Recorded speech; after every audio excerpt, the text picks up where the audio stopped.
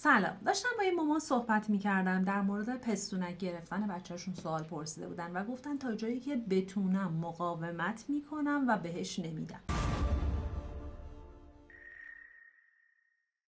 ببینید، مقاومت کردن شما اگر به معنی اینه که بچه میخواد، بعد شما بهش میگید نه بهت نمیدم، بعد اون گریه میکنه، جیغ میزنه، خودشو میزنه، شما رو میزنه، عصبانی میشه، ناراحت میشه، این اشتباهه ها.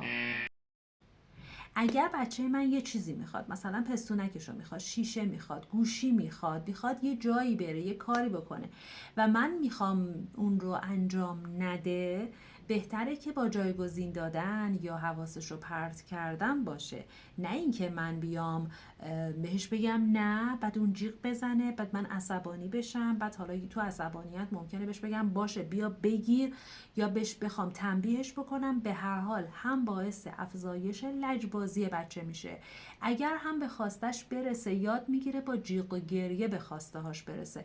پس حواستون باشه، مقاومت کردن من به معنی این که برم با بچه لجبازی بکنم نیست، به معنی اینه که مسلط باشم به خودم، بدون اینکه بچه متوجه بشه، به صورت غیر مستقیم میام جایگزین بهش میدم. مثلا شیشه‌شو رو میخواد، بهش لیوان میدم، بهش نوشیدنی که میخواد و تو لیوان تست بکنه، یا مثلا نی بهش میدم، یا به جای پستونک میام مثلا یه مسواک در اختیارش قرار میدم، یه چیز دیگه که بچه شبیه همون باشه ولی مستقیما اون رو دریافت نکنه و بتونه تعداد دفعات و زمانی که از اون استفاده میکنه کمتر بشه تا بتونه اون رو کنار بذاره.